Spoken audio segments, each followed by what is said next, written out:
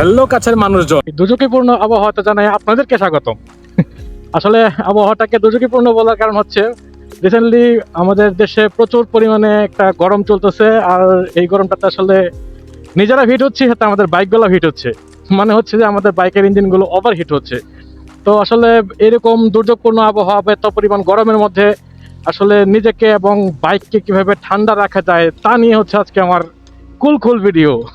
দেখেন এখানে হচ্ছে গ্রামের রাস্তা, তো তো রাস্তার মাঝখানে হচ্ছে প্রচুর পরিমাণে মানুষ ধান চাষ করে হচ্ছে ধানগুলো শুকানোর চেষ্টা করতেছে। রাস্তাটা নতুন হওয়ার কারণে আসলে এই রোডে তেমন একটা গাড়ি ঘোড়াও চলে না, গাড়ি ঘোড়ার চাপ একটু কম দেখে হচ্ছে বা এরকম একটা পরিবেশ সৃষ্টি হয়েছে। তো ধানের পরিবেশ থেকে কিছুটা বের হয়ে একটু বনের পেঁয়াজ গোছ থেকে বের হয়ে আপনার সাথে আবার কথা বলতে চলে আসছি। তো যে বিষয়টা নিয়ে কথা বলতেছিলাম সেটা হচ্ছে যে গরম, প্রচুর পরিমাণে গরম পড়ছে বাংলাদেশে, প্রচুর পরিমাণে হিট। আর হচ্ছে সূর্য মামা এখন দেখা যায় যে পুরো একদম তেজস্ক্রিয় অবস্থায় আছে। তো এই অবস্থায় হচ্ছে যে আমাদের বাইকগুলো হচ্ছে যে নর্মালি যে পরিমাণ হিট হতো, যে পরিমাণ তাপ উৎপাদন করতো ইঞ্জিন, তার চেয়ে তো বেশি তাপ যখন এখন পরিবেশের মধ্যে আছে তখন কিন্তু ওই বাইকের তাপটা বেড়ে যাচ্ছে। তো হচ্ছে যে বাইক ওভার হিট হওয়ার থেকে এই মুহূর্তে বা এই পরিবেশে কি করে মুক্তি পাওয়া যায়, আর হচ্ছে যে কিভাবে বাইকটাকে আর একটু ঠান্ডা রাখা যায় এবং নিজের মাথাটাকেও ঠান্ডা রাখা যায়, সেটা নিয়ে আজকে কথা বলবো। তো মূল কথা হচ্ছে যে এরকম গরম পরিবেশে বাইকগুলো হচ্ছে যে প্রচুর পরিমাণে হিট হওয়ার কারণে আসলে বাইকের ইঞ্জিনগুলো অনেক ধরনের সমস্যা দেখা দেয়। তো এই সমস্যাগুলো থেকে মুক্তি পাইতে হলে আপনাদের প্রথম যে কাজটা করতে হবে সেটা হচ্ছে আপনার বাইকটাকে ওভার র্যাপিং করা যাবে না। ওভার র্যাপিং মানে হচ্ছে যে আমরা প্রয়োজনের চেয়েও বেশি আমরা আরপিএম এ বাইক চালাই। দেখা যাচ্ছে যে আমরা যে পরিমাণ আরপিএম এ বাইকে চালালে বাইকটার ইঞ্জিনের উপর প্রেশার কম পড়তো, ইঞ্জিনের উপর প্রেশার পড়তো না, তার চেয়ে তো বেশি পরিমাণে আরপিএম দিয়ে আমরা বাইক চালাচ্ছি, যে কারণে হচ্ছে যে বাইকটা আমাদের ওভারহিট হচ্ছে। মানে বুঝতে তো পারতেছি ইঞ্জিনের ভিতরে যত বেশি ফ্রিকশন হচ্ছে তত বেশি তাপ উৎপাদন হচ্ছে। তো এটা হচ্ছে এক নাম্বার কারণ। লো আরপিএমে চালাতে বলছি তার জন্য আবার কেউ মানে 6 নাম্বার গিয়ারে এটা তিন আরপিএম চালানো শুরু করে দিন না। ও সেট, হোয়াট ইজ দিস, কি সুন্দর মহিষ। এত মহিষ করতে গেল হঠাৎ করে, জোস জিনিসটা জোস। তাদের আবার রাখালো আছে। এই তোমাদের কি অবস্থা, তোমরা কই থেকে আসলা? মিছিল, মহিষের মিছিল, সেই সুন্দর। তাহলে পরিচয় করায় দেই, এ হচ্ছে ছোট ভাই এনামুল আর ছোট ভাই আমন। চলো তাহলে একসাথে যাওয়া যাক। ভাল লাগছে মহিষের পাল, অনেকদিন পর দেখলাম, এরকম তো দেখা যায় না।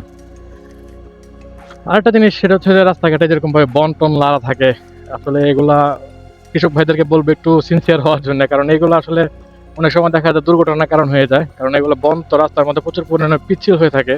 আর বিশেষ করে 2 চাকার বাইক, সেটা তো বনের জন্য শত্রু। তো ওই শত্রুটাকে আসলে শত্রুর সাথে আশেপাশে না থাকলেই ভালো। তো মূল কথা ফিরে আসি।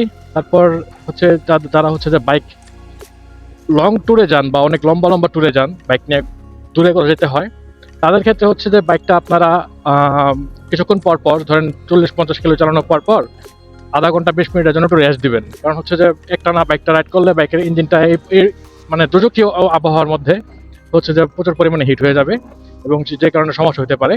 আর হচ্ছে যে তারপর 3 নাম্বার যেটা হচ্ছে, আপনারা যদি জ্যামের মধ্যে বাইক চালান বা শহর এলাকায় বাইক চালান যারা, তারা হচ্ছে শহর এলাকায় বাইক চালালে কিন্তু কিছুক্ষণ পর পরে জ্যামের মধ্যে পড়তে হয়, যে কারণে আসলে বাইকের ইঞ্জিনটাকে বন্ধ করার তেমন সুযোগ থাকে না। তবে জ্যামের মধ্যে পড়লে বা কোনো সিগনালে পড়লে যতটুকু সময় পান চেষ্টা করবেন বাইকটা বন্ধ রাখার জন্য, স্টার্ট অফ রাখার জন্য।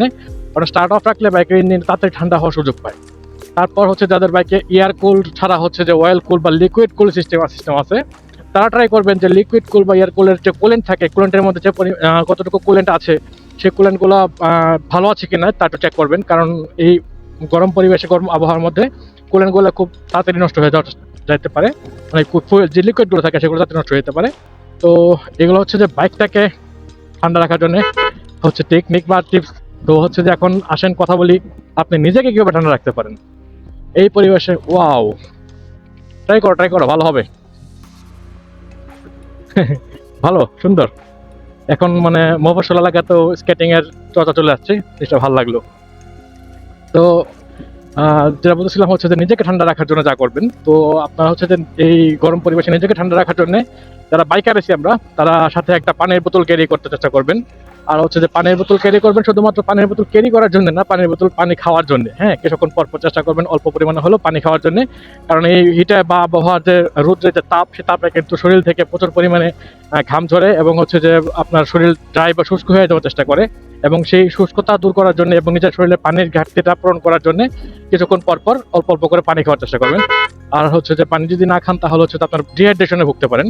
তো এটা হচ্ছে প্রথম কারণ বা প্রথম ব্যাপার। তারপর হচ্ছে 2 নাম্বার, যে নিজেকে ঠান্ডা রাখার জন্য যেটা করতে পারেন, আপনার মাথায় বা শরীরে কিছুক্ষণ পর পর পানি দিতে পারেন, অথবা হালকা কোনো পানি ভিজা কাপড় দিয়ে নিজেকে ওয়াশ করে নিতে পারেন, মানে মুছে নিতে পারেন। এতে করে আপনার শরীরের উপর যে ঘাম বা বালু ধূলিকণা যেটা প্রলেপ পড়ে থাকে সেটা দূর হয়ে যাবে এবং আপনি নিজেকে ফ্রেশ মনে হবে কিছুটা সময়ের জন্য হলেও। তো এটা ভালো কাজ করে, আমি নিজেকে নিজে অ্যাপ্লাই করে দিচ্ছি। মানে মূলত আজকে যে টিপসগুলো আপনাদের দিচ্ছি সেগুলো কিন্তু আমি বানিয়ে বানিয়ে বলতেছি না, সেগুলো হচ্ছে আমি নিজে যেটা ফেস করছি বা আমি নিজে যেটা করি সেটাই আপনাদের সাথে শেয়ার করতেছি। এখানে আসলে বাইরের কোনো কিছু নাই।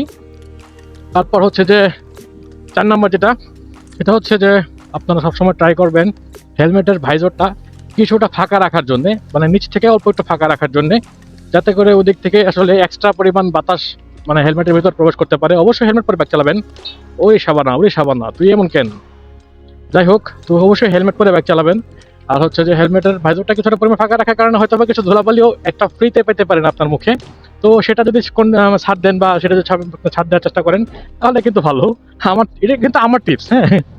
তারপর হচ্ছে যে আপনারা ম্যাশ টাইপের মানে টি শার্ট পরার চেষ্টা করবেন, যেগুলো হচ্ছে যে গরমের দিন আসলে একটু ভালো বাতাস প্রবেশ করতে পারে শরীরের ভিতরে।